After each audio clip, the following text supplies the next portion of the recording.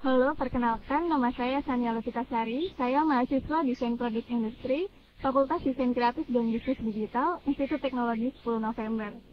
Saat ini saya sedang menjalani penelitian terkait tugas akhir saya yang berjudul Eksplorasi Material Daur Ulang Limbah Padat Industri Keramik menjadi Produk Furnitur AC, Studi Kasus PT Keramik Paulo, Kota Probolinggo.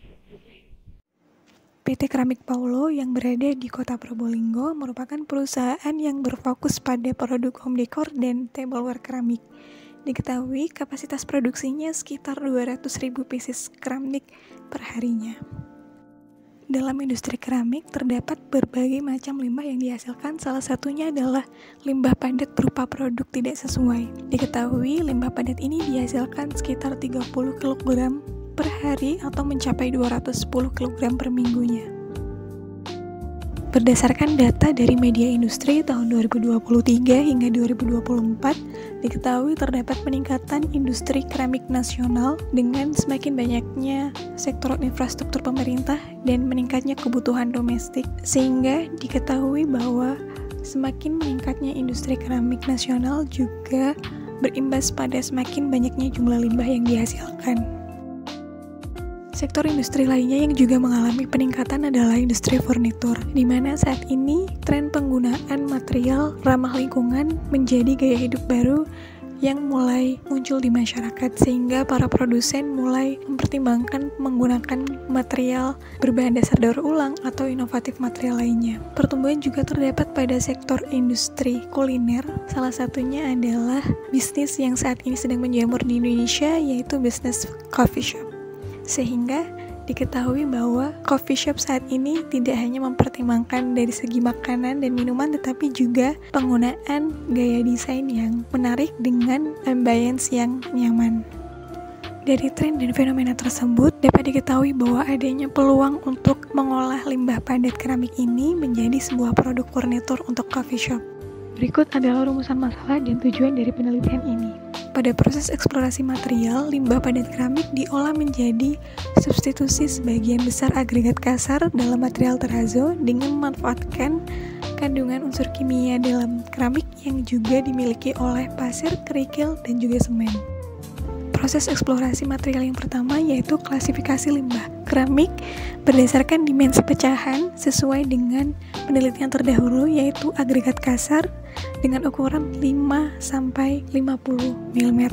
Kemudian juga dilakukan eksplorasi terkait peluang warna semen dan juga pattern terrazzo.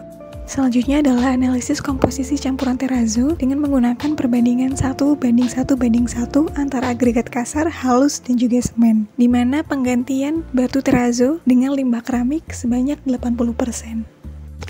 Selanjutnya dilakukan uji kekuatan terhadap material terrazzo dengan adanya perbedaan dimensi dari limbah keramik. Diketahui bahwa semakin besar pecahan akan mengurangi kekuatan terrazzo, sehingga untuk pertimbangan penggunaan furnitur, pecahan kecil-kecil dipilih sebagai motif pattern final. Studi kasus cafe shop pada perancangan ini adalah Cafe AADK, yaitu pada zona Sepoy dengan gaya desain modern industrial. Proses mendesain diawali dengan melakukan sketsa ideasi terkait kaki dan juga bagian top furnitur, sehingga dihasilkan beberapa alternatif hingga desain final. Berikut adalah konsep desain dari perancangan ini.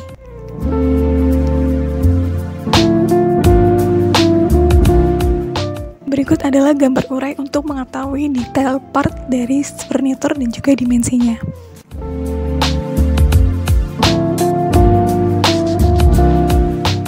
Berikut adalah contoh gambar 3D render dan juga gambar operasional serta suasana di berbagai coffee shop. Kemudian dilakukan proses produksi prototype 1:1 yang secara garis besar terbagi menjadi 2, yaitu proses pembuatan top terrazzo dan juga kaki furnitur. Berikut adalah contoh dokumentasi produk yang dilakukan di studio, yaitu pada produk bar stool, coffee table, dan juga stool berukuran 1:1.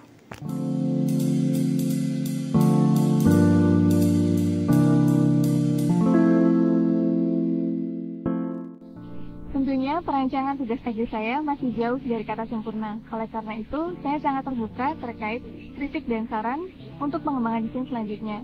Saya Sania Lutika Sari, sekian pemaparan terkait tugas aktif saya. Mohon maaf bila ada salah kata. Sampai jumpa.